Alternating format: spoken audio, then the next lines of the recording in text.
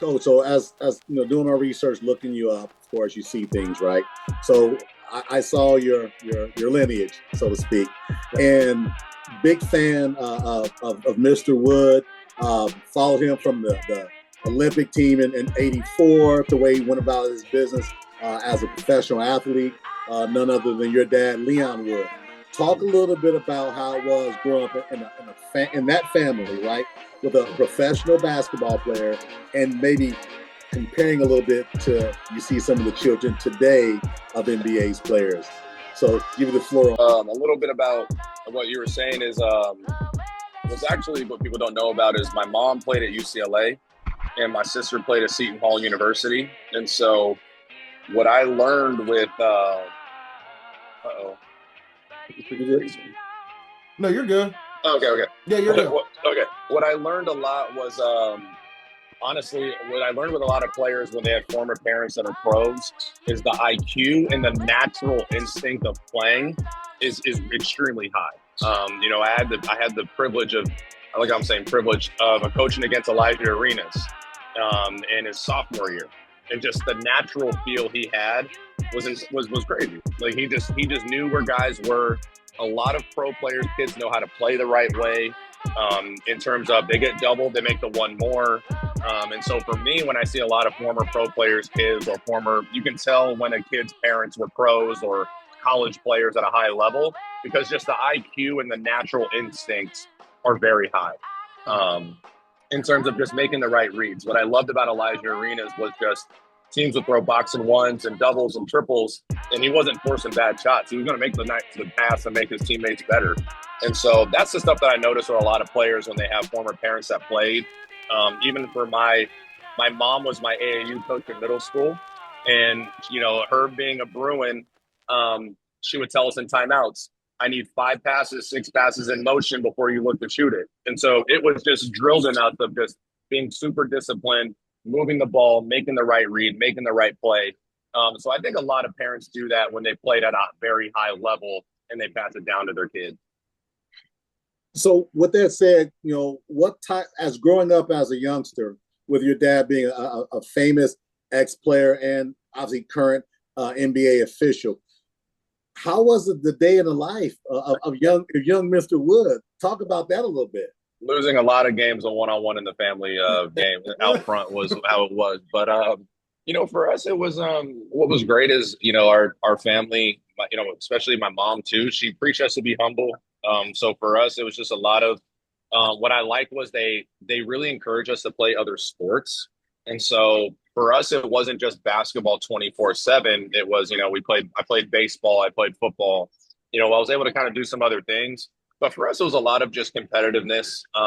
Especially my sister's 5 years older than me, and she was getting recruited by D1s in 8th grade. And so for us, it was we would go play in the back in the front, and I was getting beat up by her.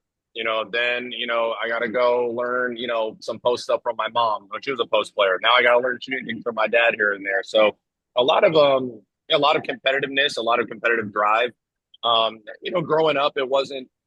I would say they did a really good job of having us live a normal life of being a kid. And I think that's important for parents too, even if you're a professional, is to just have your kids live a normal life, have your kids go hang out with your friends, go have sleepovers, go, play other sports. And so I really appreciate them having me live that normal life growing up, just because I think it just gives you a sense of being grounded and understanding what's around you and not living in this cloud that, nothing is happening around you. I like that. And then my last follow-up question to that, right? What's your take to that? We talked a little bit about NBA. We talked about the Pacers and that activity. What's your take on the state of the NBA game from looking at how it's officiated, how it's played, listen, being here in Indianapolis, all I heard the last 2 days was how bad of a whistle we got. Right? So I would love to hear your perspective, especially grow in the house where it was there, from an officiating perspective, and your dad, the great Leon Wood, by the way. So what I think in the state of the NBA is it's obviously changed. Growing up, you were allowed to hand check, be physical. I miss those days personally. I think being around my dad as a ref, I'm able to see two sides of the coin and kind of understand how the game flows. I do. There's a few things with refing that I think are a little bit different in terms of just when to call things, the inconsistency in certain calls, and I think that's a ref by ref basis. I think to say in the NBA, I do think there's too many. I do think they need to incorporate some other rules from other leagues that make it a little bit more entertaining to watch. Yeah. I do think they shoot too many threes and it's too many of like a one-on-one thing. I do think they have to incorporate the FIBA rules where you're able to zone up a little bit, play a little bit more help side, make it a little bit more organic of a basketball game. And I know they're trying to ship those FIBA rules, but I love the overseas game with how it goes with FIBA because you're able to really coach and purely coach. Where in the NBA, I feel like it's gotten a little bit too much of just shooting a lot of threes, into it's threes or free throws. I feel like it's nothing really else. And I think I do understand analytics, but I think analytics sometimes gets taken too seriously. I do think a 15-foot jump shot that's wide open is a good shot. I don't like the three or layup or that's it. And so that part's changed a lot. I think it go back? Probably not. But I think the state of NBA it needs to be looked over a little bit and look into the FIBA stuff. I think FIBA molding with the NBA would be a really good thing for basketball.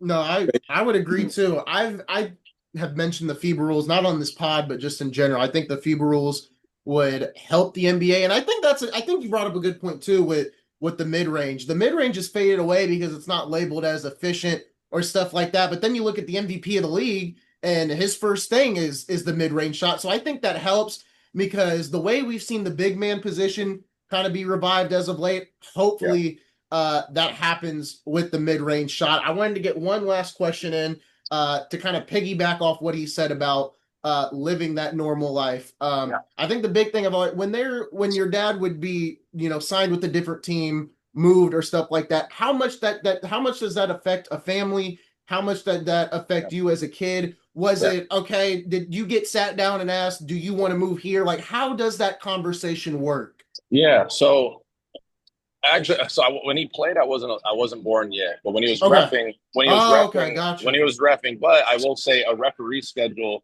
is probably just as busy, if not busier, than a player. So how it works with NBA officials is they give you a set schedule a month ahead of time. You probably are home only for about 3-4 days out of the month during the NBA season. And so it does take a toll. It does take a stress. You have to look at things like, and there's no like, oh, you're from California, you're only going to rep West Coast games. They send you all over. And so I think from that aspect, it takes a lot of communication. It takes a lot of communication with your family, understanding the schedule, understanding what's going on. But I tell people an NBA referee schedule is brutal because at least for NBA teams, you have home games. Oh, we have a 4-game homestand. No, NBA repping, you're in New York repping the Knicks, and then you got to go to Indiana and rep an Indiana game. Then you got to go to Miami, and then you got to go to OKC. And then you come home for a day or two, and then you got to go up and ref Minnesota, and then you got to go to Houston. So the referee schedule it's brutal. And then when season's over, I mean, you see it though. As soon as the season's over, summer league starts. NBA summer league starts. So you're really only getting maybe 2 months of a normal life, and even then you got to work out and stay in shape and get ready to rep again. And so it's NBA referee life is just as much busy as an NBA player's life, honestly. Obviously, I'm not going to say it's harder, but it's just as time consuming. Interesting. And you know what? I've never thought about it like that. That's a good point to make. That makes a lot of sense. Daryl, do you have any more questions? You're muted. I think my grandbaby's here. I didn't want you all to hit the. No, you're all good. So I think the correlation is almost like a professional wrestler. Yeah. So those guys are, they say about 60 days a year is when they're home, but they're on the road. They're on the road. So with that said, you talk about, referees having to work out, having that mindset. What type of testing? Because, one of the ex-pacer here, Haywood Workman, was referee. I'm sure you're familiar with Haywood Workman. Hard work pays, strong work ethic, work habits. How does the day they look for a referee and getting his preparation or her preparation with regard to the season? You talk about Yeah. what? So referee, I've learned, just talking to my dad, is it's very busy, it's very time consuming because not only so obviously you're flying in probably the night before from another game. You're there, you stay at your hotel, you're getting ready for your game. You're getting there early and you got to stay in shape. So I know my dad will get up and work out and do his cardio. He does cardio probably twice a day, which, for his age, being in his 60s is really good. But honestly, it's the prep before the game and after the game. So you have your prep before the game and kind of you will kind of get an idea and have a report on like who, what you're expecting for this game. Which is good for refs to know just kind of like what both teams are about, and that way you have a good idea of the flow. The scouting Yeah, report. yeah. And it's not necessarily for what calls. It's just if you know that the Pacers are really physical, for example, but Miami is physical too, then going into this game you're going to have to control emotions and make sure players aren't talking left and right at each other. But then also after the game ends, you got to break down the film. That's where they have the 2 minute report. So you're rewatching your game. You're seeing, is that the right call that you made? And that takes probably, if the game ends at 10, you're probably done with your reporting around 1. And so I don't think, fans realize like the refs don't just go home after the game is over. You got to go over your game. You have to look at those mistakes. You have to look if you made the correct call, if you made the wrong call. You make all these reports. And so I don't want to go in super detail, but it's really like it's the prep after the game that I don't think fans understand. They think that just refs will rep a game and it's over and they're going to go home and be like, well, nothing, no sweat off my back. Oh, no, there's sweat off your back. Like if you messed up and had a lot of bad calls, you're going to hear about it. And so it's a definitely like it's a stressful job just because I know people think repping is not complicated, but it really is, especially at the professional level. Then it's not like a 8 a.m. Fifth grade AAU game where it's like, all right, I got my $20, I'm good, we're done. NBA, like it's a very high stress because there's a lot of expectations and a lot of levels to having to perfect your craft being a referee. Yeah, it's good to know. We don't know those things, right? So you speaking to it kind of, gives the referees a little bit of a pass because I'm not going to say me, but there's a guy on this call that has some conversation about refereeing in the last Pacers OKC game. I'm not going to mention his name, but a certain referee called the extender received. I'm on record as saying it's a tough job, and I think it was a evenly called game. But that's me. I can't speak for other people on the call. I mean, I own up to it. I said it on the episode. If you can go back and watch it, I said it on the episode. But I think that's just, and we've talked about it before, is just what can the league do better? And people have their talks about it. I think Daryl's is we got to stop falling on the floor. The soft persona that the league has. I think it goes all around with what the league has to do better. I think a lot of people have their conspiracies about the league when it comes to stuff like that. So it's just something we kind of brought up in that review over the finals. I do like though it's trickled down to high school in terms of they added the flopping ball here in high school. So in SoCal, they'll give you a flop warning, and then the next time down they'll give either a administrative technical to your bench. So you don't have players snapping their neck back when they're getting fouled because they'll call it. Like refs will just go flop 1, next one flop 2. Technical foul. And so that's really helped, I think, at the high school game. They're adding some of those rules. It's obviously harder for college and NBA.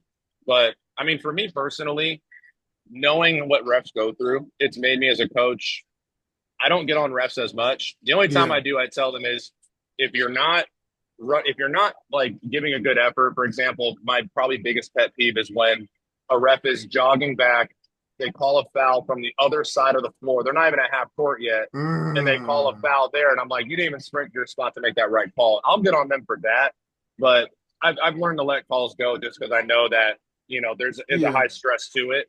But those are usually the things I get upset about is when if you're not going to work hard and you're going to call something like that, I'm gonna let you know. Like that's not what I want to. I'm not here. I'm not going to have that kind of effort if I'm here for that. So.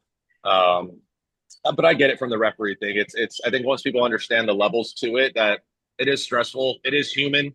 You know, refs are going to make mistakes, just like I can say I made mistakes as a coach, just as a player can say make mistakes as a player. So, it's a double edged sword, I guess, with referees. Last one for me. Yeah. Your first year of coaching.